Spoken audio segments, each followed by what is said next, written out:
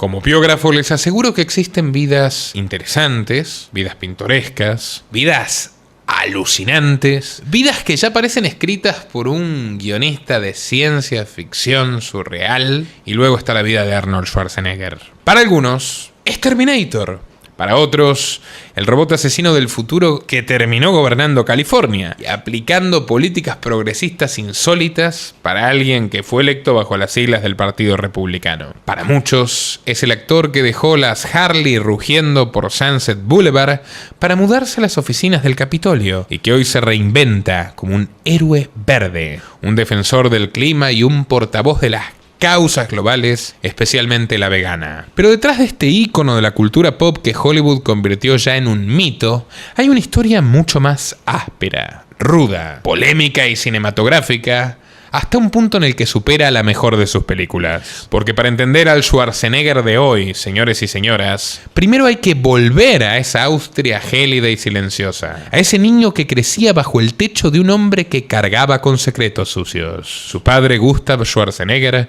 fue policía militar nazi, patrulló las gélidas calles de Leningrado y cometió las atrocidades que nadie en su pueblo quería recordar. Un padre que dudaba de que Arnold fuese su hijo legítimo y que lo golpeó con fiereza durante años con una mezcla de resentimiento, alcohol y vergüenza. Este chico disléxico, que a menudo era baneado por la sidra de su padre, burlado en la escuela y empujado al suelo por su progenitor, encontró su destino en un granero. En un granero halló una revista de fisicoculturismo que le mostró un ideal imposible y al que decidió dedicar su vida entera. A partir de ahí, Arnold rompió todas las reglas. Se escapó del servicio militar, violó su visa, montó negocios ilegales, utilizó esteroides y aún así, o quizás gracias a todo eso, ascendió como una fuerza imparable de la naturaleza. Mister Universo, estrella global, símbolo sexual, empresario exitoso,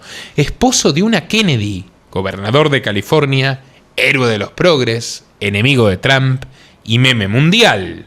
Finalmente, embajador climático. Hoy voy a mostrarte al Schwarzenegger que no aparece en las entrevistas, al Schwarzenegger oportunista, al Schwarzenegger estratega, al político impredecible, al hombre que siempre quiere ser protagonista de la escena incluso cuando la escena sea un accidente, un juicio o un funeral. Y cuando creas que esta historia ya no puede sorprenderte, te sorprenderá todavía más. Cuando pienses que ya conoces todas las luces y todas las sombras de este hombre, hallarás un último giro desconcertante.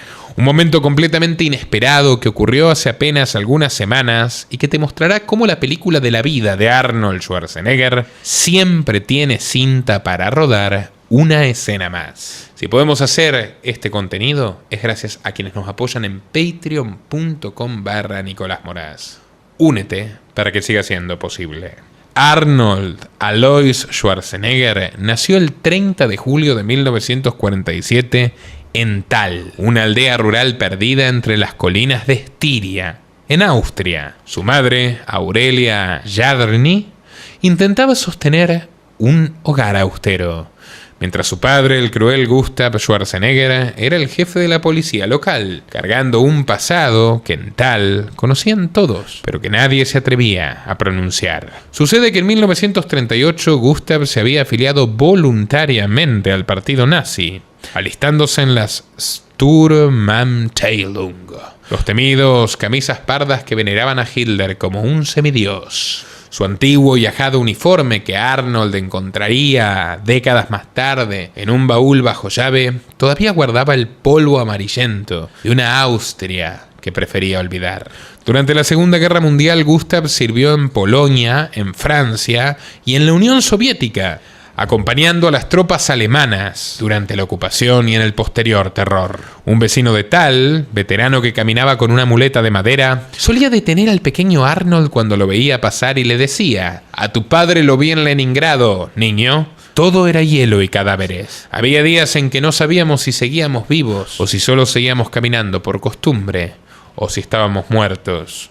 Como los zombies de las películas americanas. El sitio de Leningrado fue una carnicería blanca, una ciudad convertida en un inmenso ataúd helado que crujía bajo los pies durante casi 900 días, señores. 900 días. El invierno cayó sobre más de 1 millón de civiles como un verdugo silencioso, con temperaturas que llegaban a 30 grados bajo cero.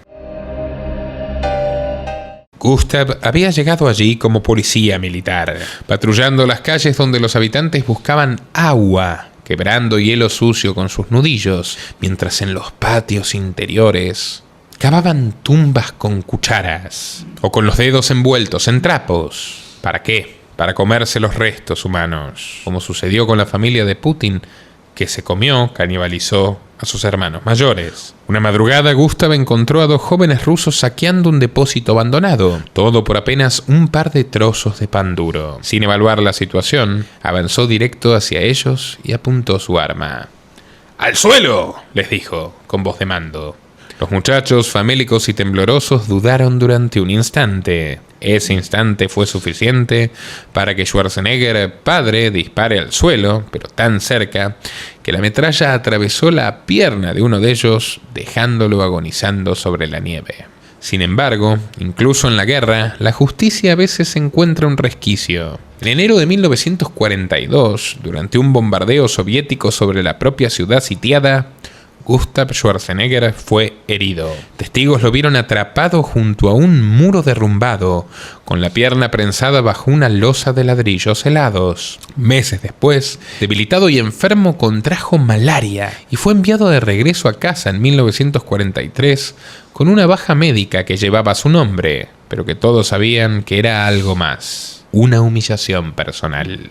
Cuando regresó a Austria, Gustav ya no era exactamente un hombre, sino un recio animal endurecido, con una mandíbula siempre apretada y chirriante y los ojos clavados en la nada.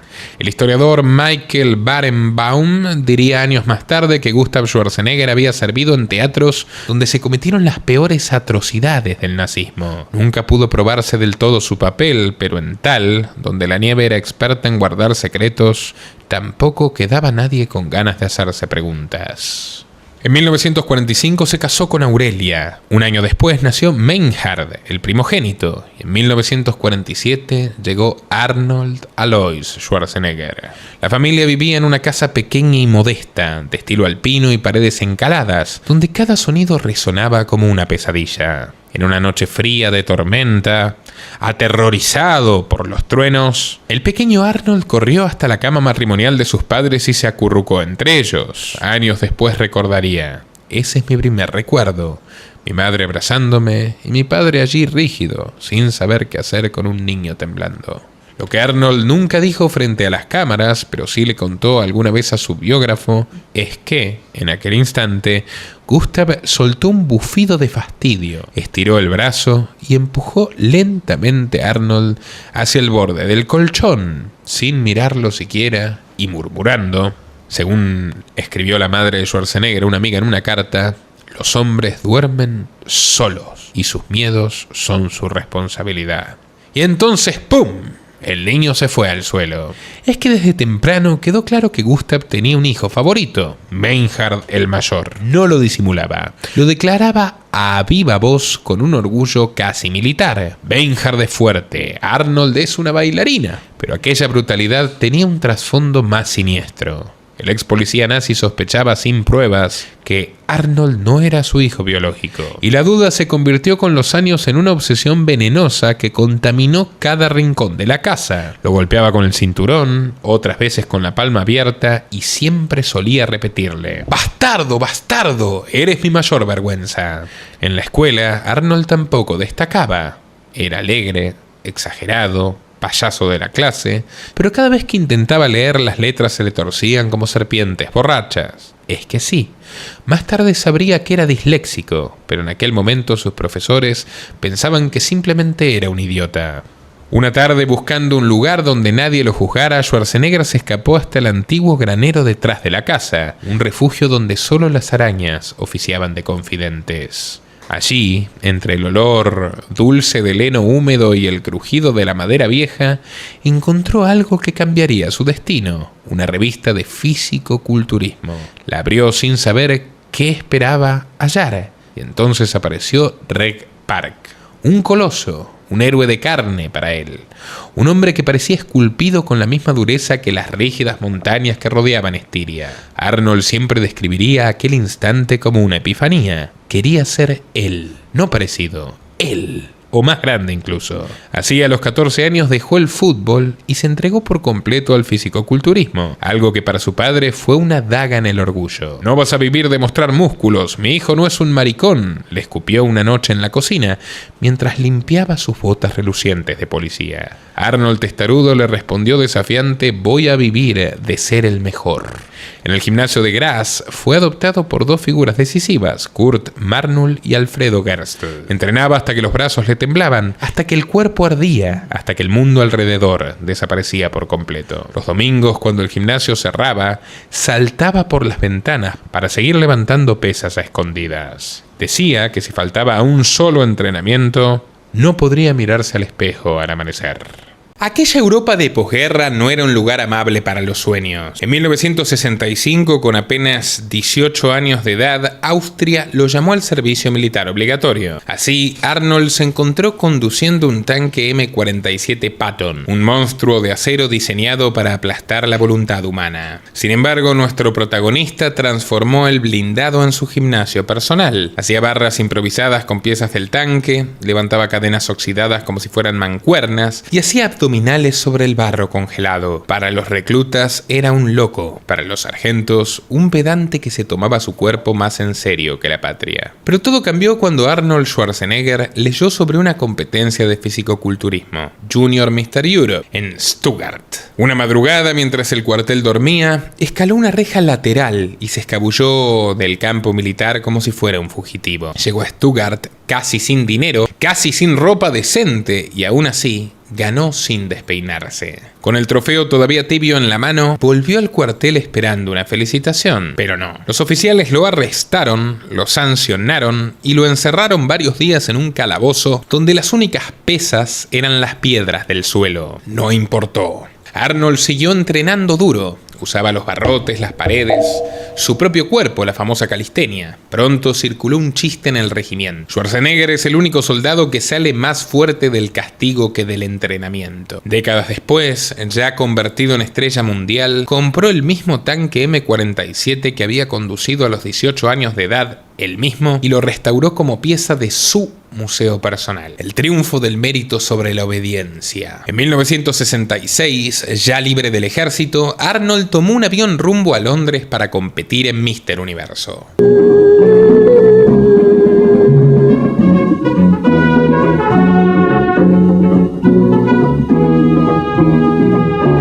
Terminó segundo, derrotado por el estadounidense Chester Jordan. Pero uno de los jueces, Charles Wag Bennett, quedó fascinado con su potencial, así que le ofreció algo insólito: entrenarlo y alojarlo gratis en su casa del East End, un hogar pequeño, húmedo y abarrotado, donde convivían sus hijos, varios perros y un caos doméstico permanente. Schwarzenegger dormía en un cuartito sobre el gimnasio, entre platos sin lavar y voces en un inglés que apenas entendía. Pero allí, en esa casa modesta de ladrillo frío, encontró algo que jamás había tenido en Austria: un auténtico hogar. Estar con la familia Bennett me hizo más sofisticado. Me dieron atención, dirección, oído y amor. Vieron que quería ser único y me apoyaron. Además, en esa vivienda suburbana ocurrió otra escena legendaria. Conoció a Reg Park, su ídolo de la infancia, quien lo acogió como su mentor y dio sus frutos. En 1967, a los 20 años, Schwarzenegger se convirtió en el Mr. Universo más joven de la historia. El futuro gobernador californiano solía decir que su verdadero boleto a América no fue un avión, sino aquel título de Mr. Universo. Con 21 años de edad, un bolso casi vacío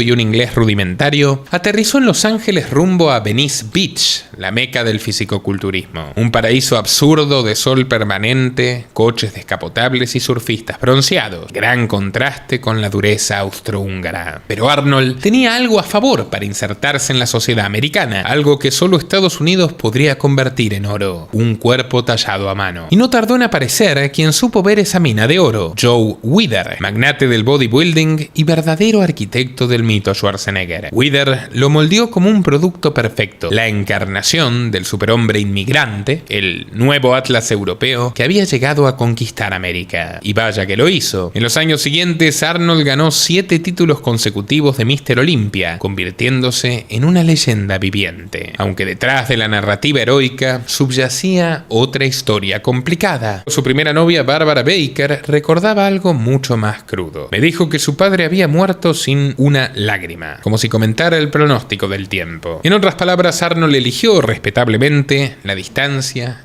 el silencio y el olvido, que, como dijo Borges, es la única venganza. La realidad, amigos, es que si no asistió a consolar a su desdichada madre, fue porque Schwarzenegger tenía la mirada puesta en sus primeros pasos de Hollywood. Su debut llegó con Hércules en Nueva York, 1970, donde apareció acreditado como Arnold Strong. Su acento era tan duro que tuvieron que doblar toda su voz en postproducción. Después vinieron papeles mínimos, como el matón silencioso de El largo adiós, en 1973, pero su verdadera oportunidad real del cine llegó con Manténganse hambrientos, 1976. La película seguía a un joven empresario sureño, Jeff Bridges, que quería demoler un gimnasio olvidado, sin saber que en ese lugar había un santuario de personajes excéntricos. Arnold interpretaba a Howe Santo, un fisicoculturista ingenuo, espiritual y extrañamente carismático que dejaría una escena inolvidable. Schwarzenegger posando en una competencia local mientras una banda de country desafina de fondo y el público lo observa como un verdadero alienígena. Por ese papel, Arnold ganó el Globo de Oro a la revelación del año. Pero las cosas, amigos, no eran tan sencillas como parecían. Él mismo contaba que durante esos primeros años nadie lo tomaba en serio en Hollywood. Me decían que mi cuerpo era demasiado raro, mi acento demasiado raro y mi nombre demasiado largo, que no tendría ninguna oportunidad. Por eso, para el gran público, Arnold nació realmente en 1977, con Sangre y Acero, el culturismo, Pumping Iron, un documental sobre Mr. Olympia, 1975, y el duelo final de Schwarzenegger contra Lou Ferrigno.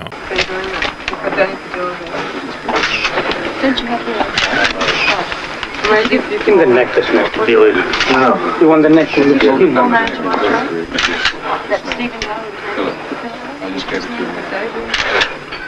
It's perfect, the oil on the gun side. Everything's perfect. Okay?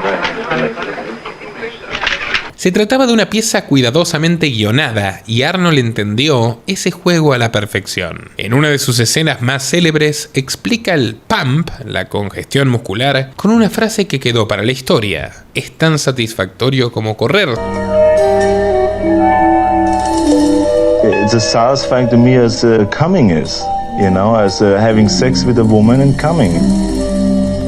And so can you believe how much I am in heaven? I'm like getting the feeling of coming in the gym, I'm getting the feeling of coming at home, I'm getting the feeling of coming backstage when I pump up, when I pose out in front of 5,000 people, I get the same feeling. So I'm coming day and night. I mean, it's terrific, right? So, you know, I'm in heaven.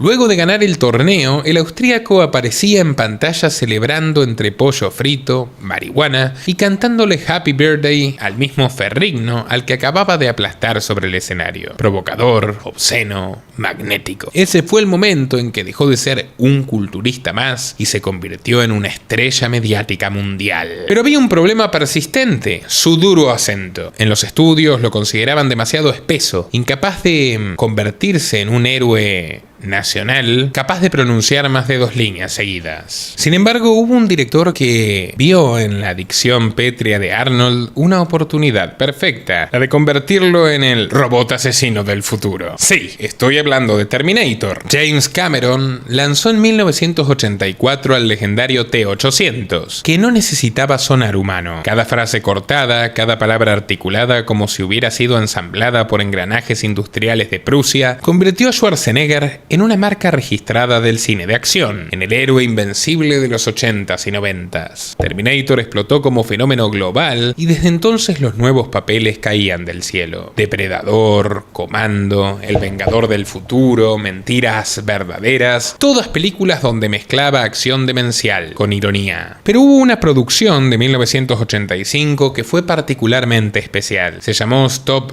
the Madness, Frenar la Locura, y no era un largometraje, sino un videoclip antidrogas impulsado por la administración Reagan. Por primera vez, Schwarzenegger coqueteaba con la política y para demostrar su compromiso se afilió al Partido Republicano, ayudándolos en la farsa prohibicionista, el gran fumador de marihuana. Por eso fue una sorpresa cuando en 1986, sin filmar ninguna escena, logró el giro más improbable de su vida, casándose con Maria Shriver. ¿Por qué es una sorpresa? Porque Maria no es cualquier Maria, sino la hija de Sargent Shriver y de Eunice Kennedy, hermana del asesinado John Fitzgerald Kennedy, hermana también de Robert Kennedy, también asesinado en Los Ángeles, y de Ted Kennedy, el amigo de los Rockefeller. El Kennedy que sobrevivió por algo. Católicos, elegantes, educados en Harvard y con ese aire de estamos hechos para gobernar al mundo desde la cuna, Schwarzenegger acababa de ingresar a lo más parecido a una dinastía que tienen los Estados Unidos de América, los Kennedy, con esa mezcla de novela de Scott Fitzgerald y tragedia griega, con toda una constelación de hijos, sobrinos, primos, viudas, tragedias y discursos. Y a su lado, un austríaco gigantesco, con la sangre de un policía nazi y para colmo, republicano. Les recomiendo nuestro documental sobre Robert Kennedy Jr., una delicia periodística. Más entretenido que una película. Sí, en 1988 Arnold se subió a un escenario junto al entonces vicepresidente George Herbert Walker Bush. Para muchos fue un espectáculo surrealista. El yerno del clan Kennedy levantándole la mano a un republicano tejano, conservador y criado en la tradición opuesta. Y el acercamiento continuó creciendo, pues con la nueva familia las puertas se abrían por sí solas. Por cierto, Robert Kennedy Jr. estaba conviando la heroína a sus primos menores de edad, lo cual es bastante reprochable, ¿no? Y era fiscal antidrogas, iba con lentes negros a los juicios para que no se den cuenta que estaba loco del caballo. En 1990 presentó a Schwarzenegger el primer episodio de la serie Free to Choose de Milton Friedman y lo hizo con una confesión casi espiritual. Esta serie me cambió la vida. Ser libre de elegir significa vivir tu propia vida, perseguir tus metas sin que el gobierno te pise. Yo vengo de un país socialista donde el Estado controla todo. Yo quería más, quería ser el mejor. Y ese individualismo solo era posible en Estados Unidos. Y hubiera preguntado a Milton Friedman su postura sobre las drogas, que era más decente que la de Schwarzenegger. Aunque con los años, como veremos, Schwarzenegger se alejó bastante del libre mercado y terminó abrazándose al socialismo tecnocrático de Davos. Sea como fuere, un Bush ya presidente fue generoso con el robot más famoso de su campaña. Lo nombró presidente del Consejo Presidencial de Aptitud Física y Deportes e incluso lo bautizó con el apodo Conan the Republican. Luego, ocuparía cargos en California bajo el gobernador Pete Wilson y entre 1993 y 1994 actuó como embajador de la Cruz Roja, grabando anuncios para promover la donación de sangre. Así, sin demasiado ruido, Arnold empezó a circular por los pasillos del poder. Cenas benéficas, reuniones discretas, fotografías con gobernadores y congresistas. Hablaba poco, observaba mucho y entendió cómo se negociaban apoyos, cómo se intercambiaban favores y cómo se daban órdenes sin levantar la voz. Para 2001, en una hermosa tarde despejada en Los Ángeles, Arnold salió a recorrer la ciudad en su motocicleta Harley Davidson, negra, pesada y ruidosa, que le gustaba conducir sin escolta, sin asistentes y sin nadie que le diga qué hacer. Era su pequeño ritual de libertad, en una vida cada vez más programada. Para cuando tomó una curva en Sunset Boulevard, un coche salió sin mirar y entonces llegó el golpe. Un chasquido metálico que le borró el mundo de un latigazo. La moto derrapó varios metros y Schwarzenegger salió despedido, inmóvil sobre el asfalto, doblado de dolor, con el casco golpeado contra el pavimento caliente. Todos los testigos coinciden en lo mismo. Era extraño ver al hombre más fuerte del cine completamente tieso y en posición fetal. Cuando los paramédicos llegaron, Arnold estaba inconsciente. Tenía varias costillas fracturadas y la respiración entrecortada, como una escena sacada de sus películas, pero sin el director gritando ¡corte! En el hospital, rodeado de máquinas, luces frías y un silencio clínico, pasó horas y horas mirando el techo. Y entonces llegó otra noticia. Durante los estudios, los médicos le detectaron una malformación cardíaca congénita y debían operarlo de urgencia. Fue allí cuando entendió, su cuerpo tan perfecto para Hollywood no era eterno. Pero la política dura más. Después de sobrevivir al accidente, la pregunta para Arnold dejó de ser cuál será mi próxima película para convertirse en ¿a qué cargo aspiro? Mi edad no tardó en llegarle. En 2003, California parecía un auténtico animal herido. El estado del sol, cuarta economía del mundo, el más rico y luminoso de los Estados Unidos, estaba golpeado por apagones, incendios forestales y la burbuja de las .com, que dejó oficinas de Silicon Valley vacías, con fortunas evaporadas en cuestión de horas. Para muchos ciudadanos, el culpable del caos tenía nombre y apellido: el gobernador demócrata Gray Davis. En un hecho casi inédito, Davis fue destituido en plena mitad del mandato y entonces comenzó la fiesta. En cuestión de semanas, la campaña se transformó en un auténtico circo. Excéntricos oportunistas, comediantes y actores como Gary Coleman, magnates como Ariana Huffington e incluso el gran pornógrafo Larry Flynt, gran película, The People vs. Larry Flynt, se las recomiendo, todos anunciando sus candidaturas como si de repente California fuera el set de un reality show colosal. Y en medio de la tómbola entró triunfal Arnold Schwarzenegger. Se presentó como algo nuevo y extraño a la vez. Un candidato post-político, ni del todo republicano ni completamente demócrata, pero con un mensaje simple, directo y arrollador. Yo soy el Terminator y vengo a arreglar esto. Así, el milagro ocurrió. Arnold triunfó con el 48.6% de los votos, una cifra monumental para una elección con más de 130 postulantes. Miren. Roll this around on your tongue. Governor-elect Arnold Schwarzenegger. 50% believe that he has a favorable approval rating. A defeat completely for Gray Davis, but certainly Mr. Schwarzenegger is, as of now, the projected winner. Pero no solo eso. Schwarzenegger derrotó al demócrata Cruz Bustamante, que quedó segundo, y también al republicano conservador Tom McClintock, miren qué nombre, Clintock, que le disputaba el voto duro de la derecha. Eso sí, durante la campaña se tragó algún que otro huevazo por parte de los progres inconformes que, claro, todavía no sabían que estaban enfrente a uno de ellos.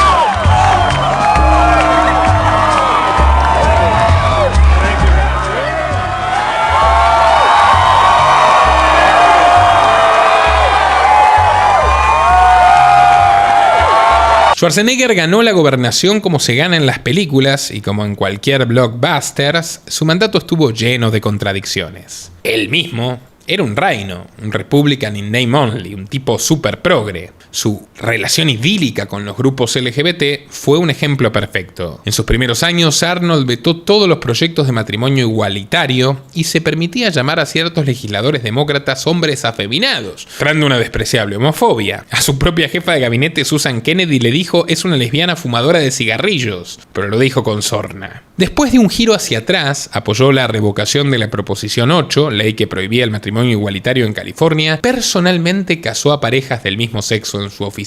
Primero a Susan Kennedy, su asistente lesbiana, y luego a un asistente gay. Ustedes, señoritas, merecen la misma ceremonia que yo tuve con María porque el amor es el amor, dijo, y me parece muy bien. Eso no estaba en el guión, ¿no? Claramente a los republicanos no les gustó demasiado. En otra oportunidad, durante el desayuno del día de Martin Luther King Jr., Arnold tomó el micrófono y dijo casi con culpa: qué equivocado estaba yo cuando dije que todos tienen las mismas oportunidades en Estados Unidos. California no da la misma educación a todos sus niños. Necesitamos una reforma educativa pensando en los oprimidos. El salón se quedó congelado. Dijeron: ¿de dónde salió Paulo Freire del subdesarrollo? ¿Desde cuándo se volvió marxista cultural Schwarzenegger? El alcalde de San Francisco, Gavin Newsom, futuro gobernador, le comentó al terminar el acto: Arnold, te estás volviendo demócrata, ni siquiera de centro. Si sigues así vas a terminar comunista. Así navegó Schwarzenegger sus primeros años. Fue héroe, fue villano y terminó bufón. Como aquella vez que rescató un antiguo eslogan del sketch Hans y Franz de Saturday Night Live, una parodia de culturistas inspirada en él mismo, para burlarse del establishment político de California. Miren. Hey Arnold, look at this! Yeah, how about this? Oh, you guys make me sick. This is what you have to do, like this.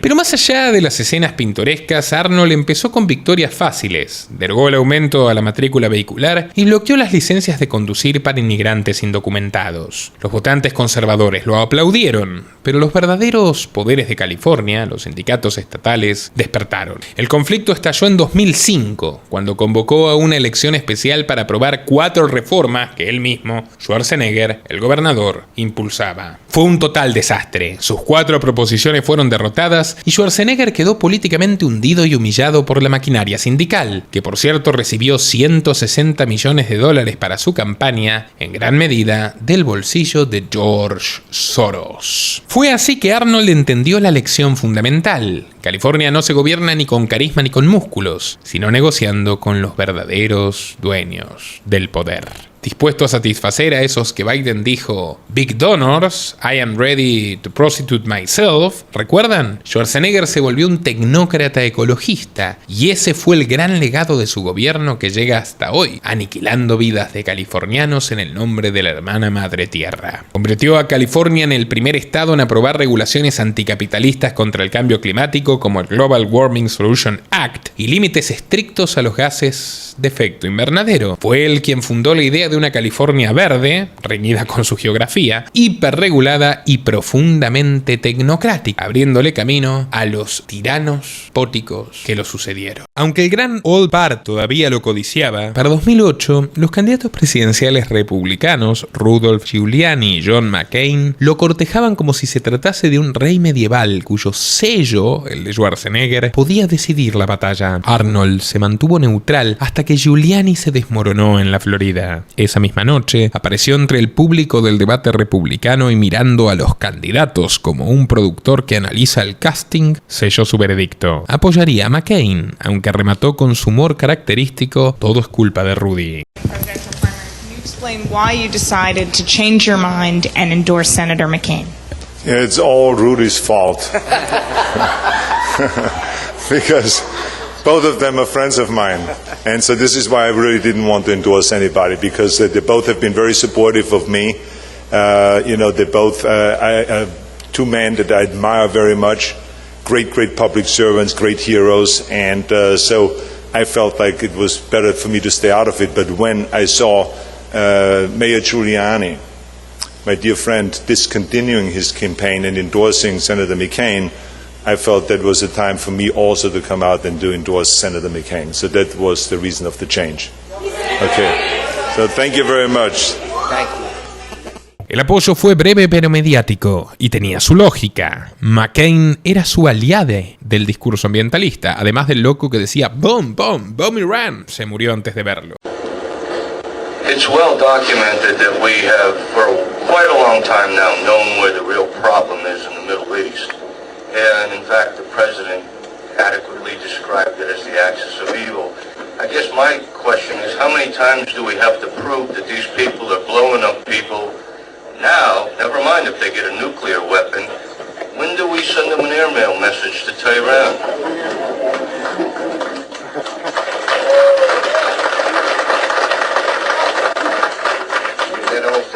That old Beach Boys song, Bomb Iran?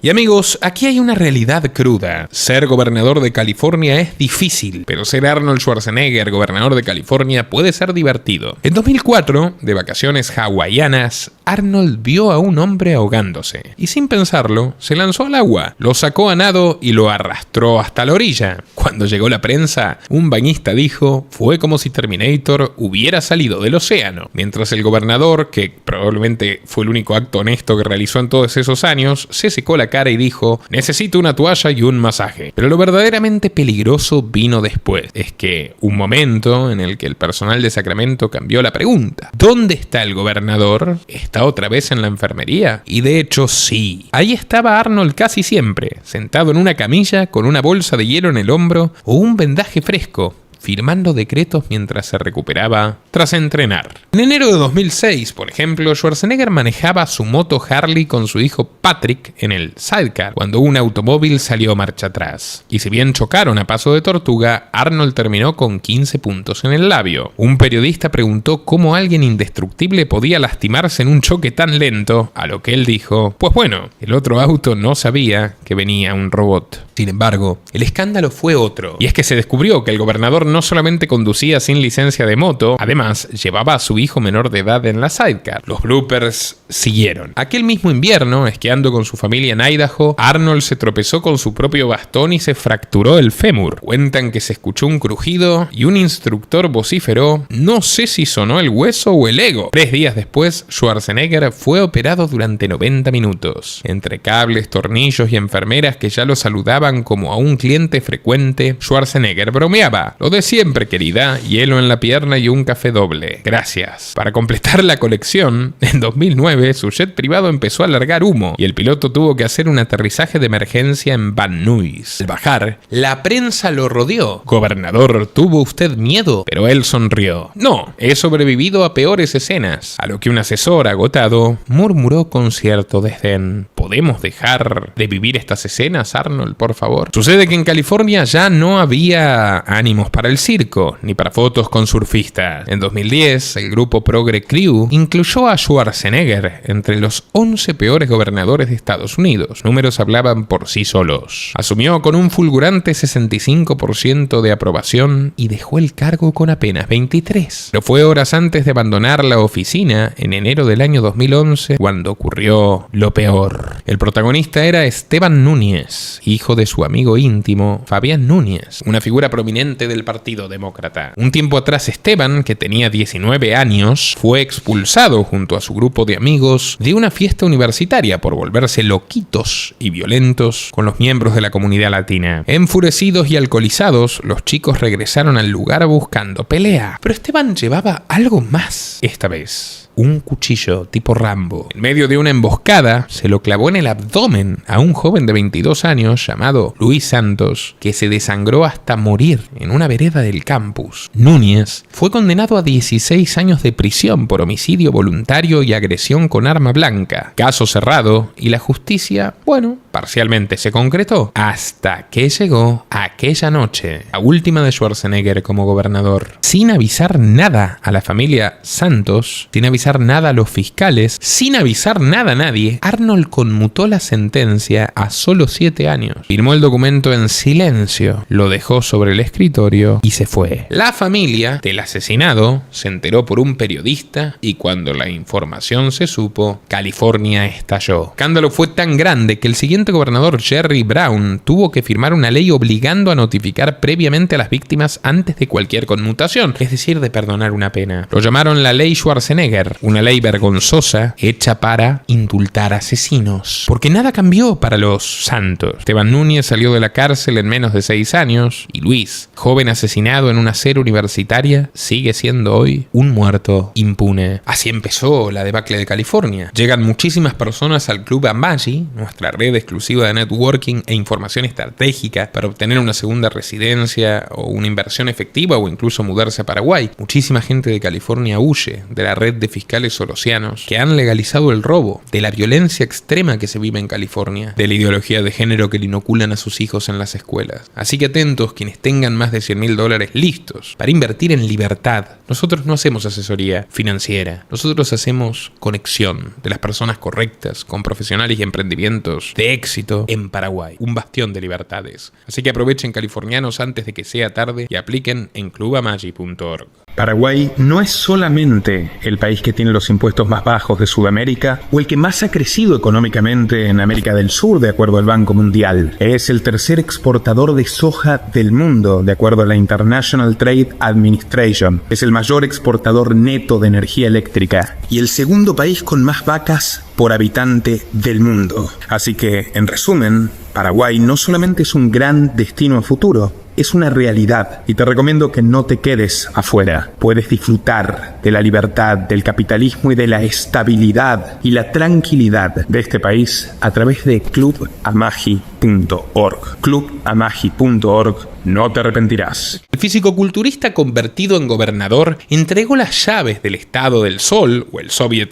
californiano, como quieran llamarlo, con la imagen por el suelo. Había escándalos, había rumores, había grietas, pero absolutamente nada comparable con el terremoto doméstico que le esperaba. Durante años en la mansión de Brentwood circuló en voz baja la incómoda sospecha de que Arnold Schwarzenegger tuvo un hijo con Mildred Baena, su atractiva ama de llaves. Un rumor que en 2011 dejó de serlo. Durante una sesión de terapia de pareja, la terapeuta le preguntó directamente si el niño de Baena era suyo. Arnold bajó la cabeza y lo admitió. Dijo que lo había recordado gradualmente al ver cómo el chico empezaba a parecerse mucho a él. Fue ese instante, esa confesión en un consultorio, el que destruyó definitivamente a la pareja. Años después, en 2023, la docuserie de Netflix reveló el caso, transformándolo en una de las infidelidades más icónicas de Hollywood. Y con razón, el niño bastardo se había criado prácticamente al lado de los hijos legítimos, compartiendo techos, desayunos, patios y fotos en las paredes, pero siempre en silencio. Oculto, tratado como un secreto vergonzoso, como si, bueno, no tuviera la pasta para ser un Schwarzenegger. Al fin y al cabo, Schwarzenegger trató a su hijo ilegítimo como el padre de Schwarzenegger lo trató a él, prácticamente. Un freudiano se haría la fiesta con el caso. La mayor humillación, sin embargo, cayó sobre Maria Shriver Kennedy. Fue una vergüenza nacional. La prensa la trató de ingenua y esta mujer, que convivió durante años con el hijo extramatrimonial de Arnold, aseguraba que nunca lo supo. O si el desastre no fuera suficiente, ahora que Arnold no estaba en el poder, empezaron a resurgir viejas historias. Historias que, como películas de clase B, habían quedado enterradas en el olvido, pero les llegó la hora de desempolvarse. Por ejemplo, que durante su primera campaña para gobernador, 6 mujeres acusaron a Schwarzenegger de conducta sexual inapropiada. Teos, manoseos, comentarios fuera de lugar. Realmente nimiedades progres para hacerle la casa de brujas, seamos justos. Todos estos episodios se remontaban a décadas antes, pero Arnold los negó, hasta que no pudo más y acabó admitiendo a medias que algunas veces se había portado mal, pero nunca contra el consentimiento de nadie, en todo caso, engañando a su mujer. Los casos se fueron cerrando uno por uno mediante acuerdos extrajudiciales, incluido el de la presentadora televisiva británica Anna Richardson, quien aseguró que Schwarzenegger la tocó sin consentimiento durante una entrevista televisiva. Dicen que Schwarzenegger se asustó por la impopularidad que lo rodeaba y decidió pagar aunque no fuera justo. Entre escándalos y escándalos, Schwarzenegger volvió a su refugio natural, el cine. Habrá audiencias, investigaciones. ¡Por todos los cielos! Tendré que volver a hacer comedias familiares. Oh. Primero reapareció en Los Indestructibles 2 junto a Bruce Willis y Sylvester Stallone, que le hicieron muchas bromas en el rodaje sobre todos sus asuntos personales y políticos, y ya en 2014 sorprendió con Maggie, una película profética sobre una pandemia que sacude a los Estados Unidos, aunque con el detalle de que se trata de un virus zombie. Arnold encarna a un padre desesperado por acompañar a su hija, Abigail Breslin, en su lenta transformación monstruosa. Después llegó su regreso al papel que lo convirtió en mito, Terminator Genesis, de 2015. La película fue un caos de líneas temporales, clones digitales y marketing hipertrófico. Ya en 2017 protagonizó Aftermath, donde encarna a un obrero de la construcción que pierde a su esposa y a su hija en un accidente aéreo causado por un controlador distraído. La historia se funda en hechos reales y muchos críticos aseguran que ahí estaba uno de sus mejores trabajos dramáticos, el Arnold más humano que nunca habían visto. No obstante, amigos, la política nunca desapareció del todo en su vida. En 2016, tras el estallido del escándalo de Access Hollywood, el video filtrado donde Donald Trump se jactaba de poder hacerles cualquier cosa a las mujeres por ser famoso, Schwarzenegger publicó un comunicado muy duro. Por primera vez desde que me hice ciudadano en 1983, no votaré por los republicanos. Aclaró que antes de ser republicano era estadounidense y pidió a los votantes de su partido que pusieran al país por encima de las camisetas políticas. Y acá No creemos en ningún partido político, pero esta es la exacta definición de un traidor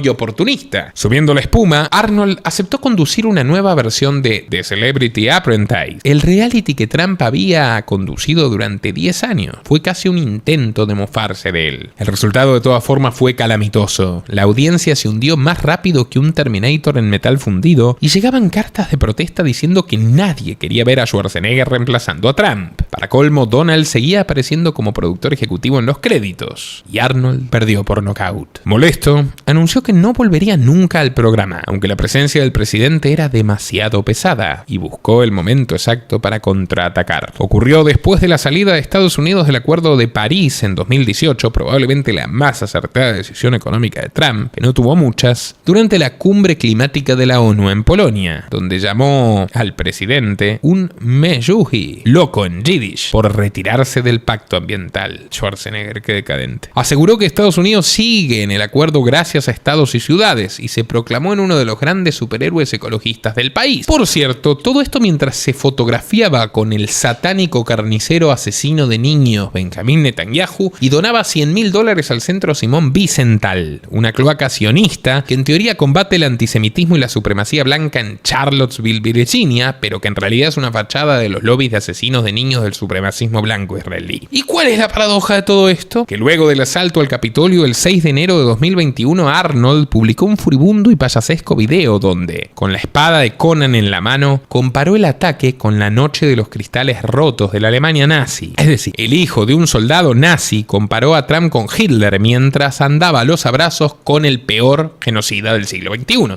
que también por supuesto es amigo de Trump. President Trump is a failed leader. He will go down in history as the worst president ever. The good thing is that he soon will be as irrelevant as an old tweet. This is the Conan sword. Now here's the thing about swords. The more you temper a sword, the stronger it becomes. The more you pound it with a hammer and then heat it in the fire and then thrust it into the cold water and then pound it again and plunge it into the fire and into the water, the more often you do that, the stronger it becomes. Our democracy is like the steel of this sword.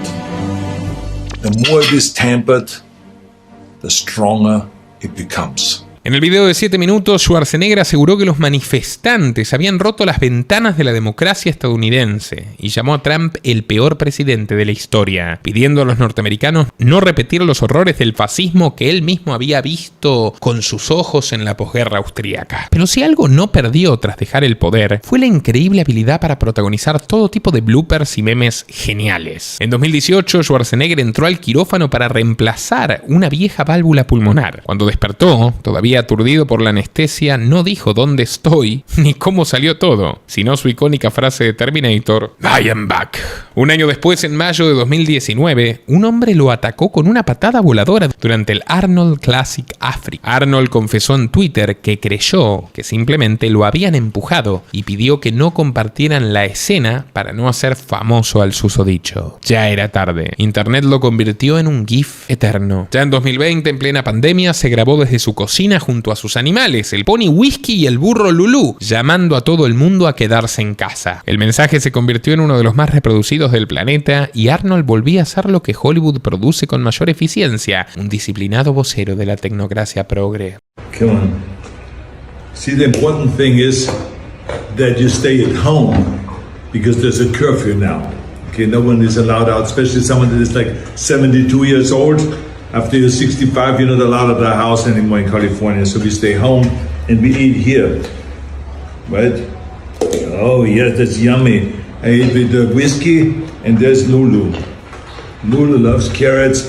Algo similar ocurrió en marzo de 2022 cuando publicó un mensaje dirigido al pueblo ruso tras la invasión de Ucrania. Dijo con orgullo que su padre había combatido en Leningrado, aunque evitó mencionar las atrocidades cometidas por los nazis, y exigió al Kremlin dejar de mentir a sus soldados.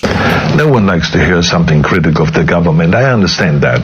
But as a long-time friend of the Russian people, I hope that you will hear what I have to say. I know that your government has told you that this is a war to denazify Ukraine. Denazify Ukraine? This is not true. Ukraine is a country with a Jewish president. Those in power in the Kremlin started this war. This is not the Russian people's war. No. El video se viralizó incluso dentro de Rusia, compartido por figuras como el muerto Alexei Navalny. Pero la verdad es que Schwarzenegger tampoco estaba para dar consejos pacifistas. Ese mismo año protagonizó un nuevo choque múltiple digno de un storyboard de acción, solo que sin dobles, sin explosiones y sobre todo con un semáforo en rojo. En la intersección de Sunset Boulevard y Allenford Avenue en Los Ángeles, el actor intentó girar a la izquierda de manera ilegal y su enorme camioneta GMC Yukon impactó de lleno con un Toyota Prius rojo. El pobre Prius quedó literalmente aplastado bajo la SUV, desencadenando una colisión en cadena con otros dos vehículos que dejaron a una mujer hospitalizada. Schwarzenegger salió ileso, pero la policía no tardó en concluir que todo fue culpa suya. Pero amigos, cuando parecía que la vida de Arnold Schwarzenegger ya no tenía espacio para otra sorpresa, ocurrió lo imposible. Todo tiene que ver con todo. En este caso, el Papa León XIV, este pontífice más discreto y más hermético, más aburrido que sus predecesores, un hombre que parece elegido para dar pocos titulares tras el huracán del siniestro Francisco, tiene algo que contarnos. Aunque no se saca muchas selfies ni hace gestos populistas, ni es tan amigo de las redes sociales, este papa estadounidense, pseudo peruano, encubridor de